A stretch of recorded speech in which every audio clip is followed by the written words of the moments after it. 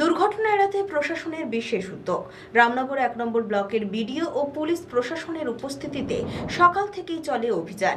সরিয়ে ফেলা হয় রাস্তার দুধারে পড়ে থাকা ইমারতি জিনিসপত্র। দুর্ঘটনা এড়াতে প্রায়শই চলবে এমন অভিযান, এমনটাই জানিয়েছে প্রশাসন। সম্প্রতি দীঘার রাস্তায় বাড়ছে দুর্ঘটনায় ঘটছে মৃত্যুও।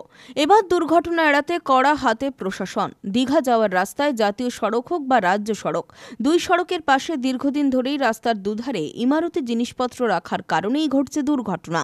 রামনগর ১ নম্বর ব্লকের পক্ষ থেকে আগেই মাইকিং করে রাস্তার দুধারে পড়ে থাকা ইমারতি জিনিসপত্র সরানোর কথা জানানো হলেও অনেকেই তার গুরুত্ব দেয়নি। বৃহস্পতিবার রামনগর ১ নম্বর ব্লকের বিডিও পূজা দেবনাথ সহ পুলিশ প্রশাসনের কর্তা ব্যক্তিদের উপস্থিতিতে রাস্তার ধারে পড়ে থাকা ইমারতি জিনিসপত্র সরানো হয়।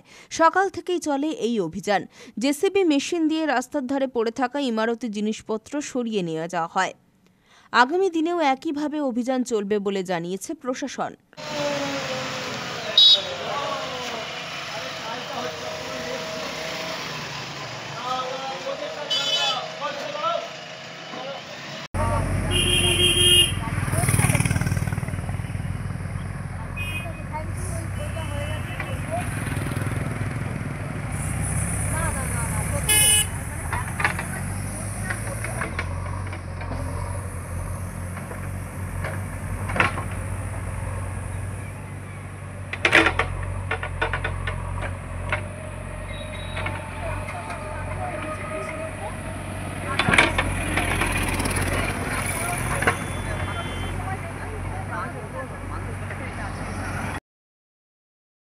রঞ্জন মাইতির রিপোর্ট, খবর BCBS।